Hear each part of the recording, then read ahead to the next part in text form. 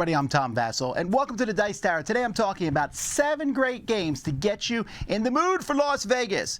Why would you want to be in the mood for Las Vegas? Well, maybe you like the gambling atmosphere there. I'm not much of a gambler myself, but I do love it in board games, of course. But hey, we're talking about Las Vegas because in March 2022, Dice Tower West is going to be there at the Rio, and you can go there and have a fantastic 5 days of gaming with a huge gaming library, tons of fun people to play, and you're also in Vegas. So here's 7 games to get you ready for Vegas, and there's a lot of different gambling style games out there, but these are the 7 that I thought of here.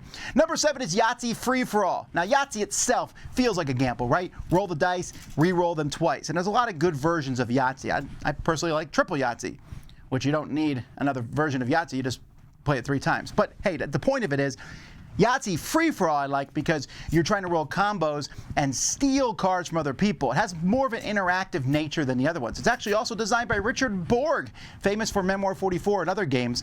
But this is a fun one. I could have put any Yahtzee on this list. Number 6 for me is Wits and Wagers Vegas, or Wits and Wagers in general. Is it possible to take a trivia game and add gambling to it? Indeed it is. In Wits and Wagers, you don't need to know the answer. You just want to bet on the person who does.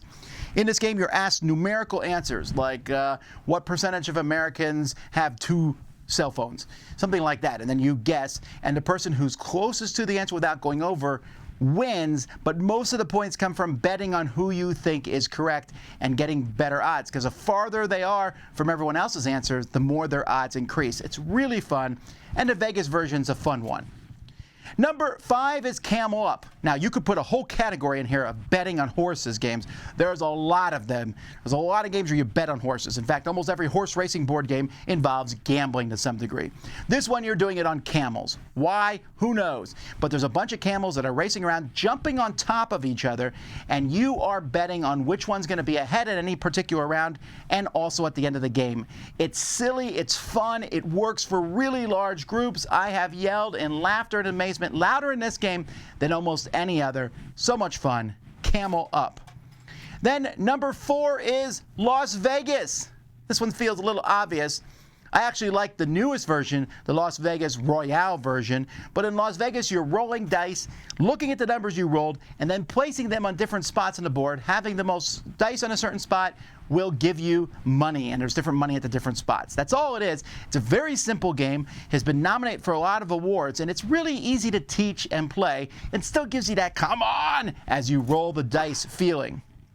Number 3 is Lords of Vegas. Let's take a different step now. Instead of being in the casinos, you're running the casinos. And you are building casinos up around in Las Vegas, trying to get people to come to you and taking the casinos over from other players. It's a vicious game. If you like any kind of real estate style game and you want to build things up and you have this casinos and you want to take over other people's casinos and add them to yours, it's a lot of fun. It's not very lucky per se. There's some luck in the game, and you can even gamble in the game, but it's definitely a very interactive, fun game.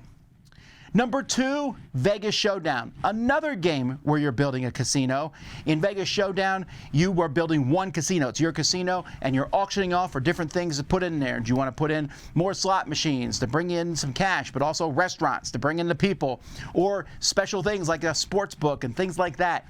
It's a really excellent game that has stood the test of time. The components aren't that great, but it looks fun, and when you're done, you're going to just score points. Whoever has built the best casino is the winner. And my number 1 game to get you ready to go to Las Vegas is Vabank.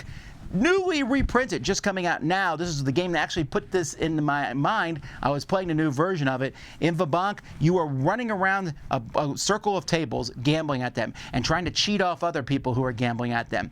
It's a very simple rock, paper, scissors game, but it scales up to 6 players, and it's really entertaining and fun to play. And at the end of the game, you're going to have a lot of money, and whoever has most money is the winner. You can get up to $1 million in this game or so. Very fun, back and forth. I have taught this game many, many times, and every time everyone has loved it. That's Vabank.